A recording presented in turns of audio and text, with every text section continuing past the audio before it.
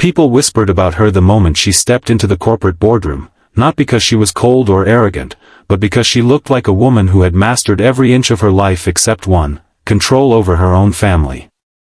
And today, that control was slipping right out of her hands.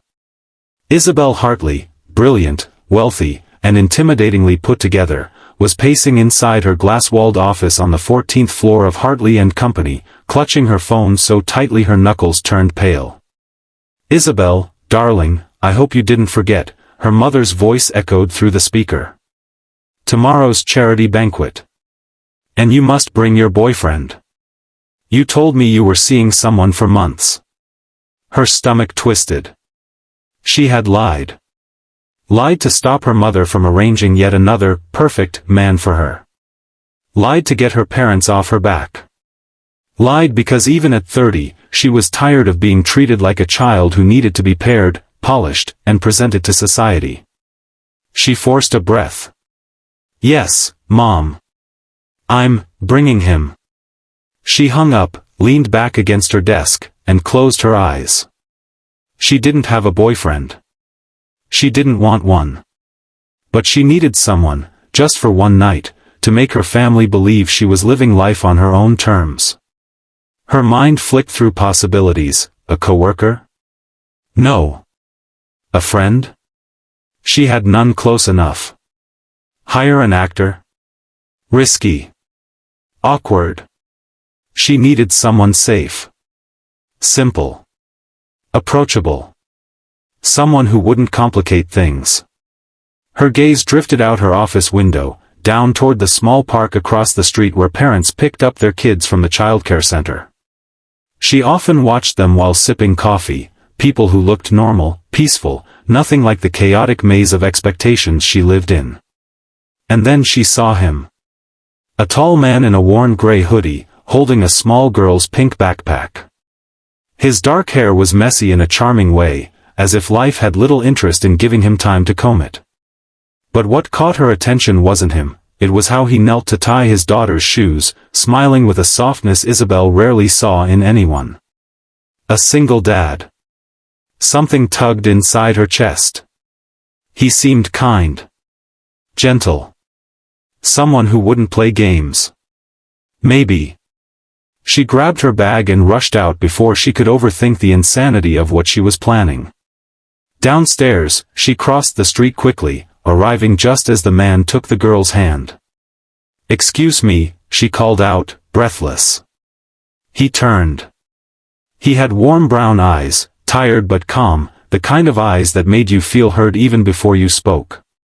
His daughter peeked from behind his arm, curious. "Yes," he asked politely. I need a favor."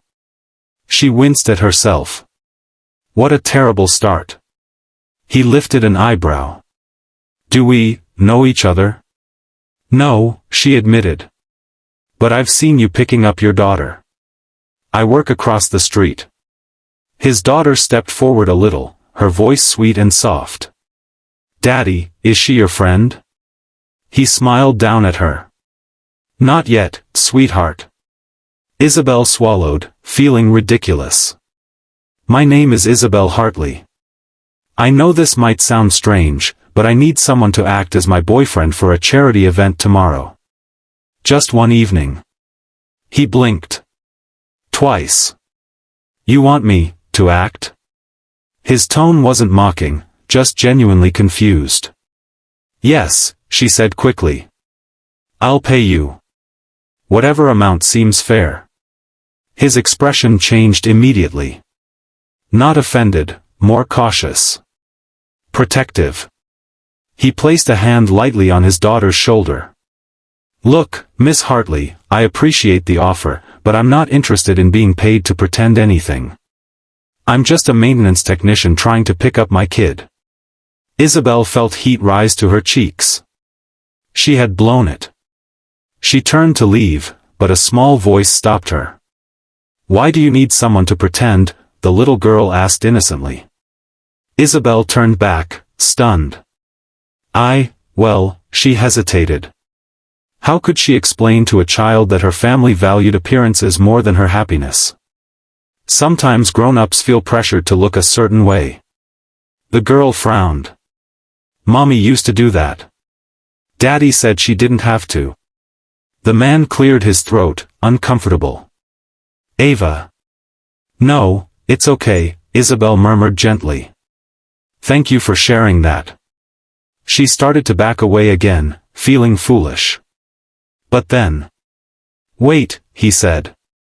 She turned. My name is Daniel. Anne. I can't take money for something like this.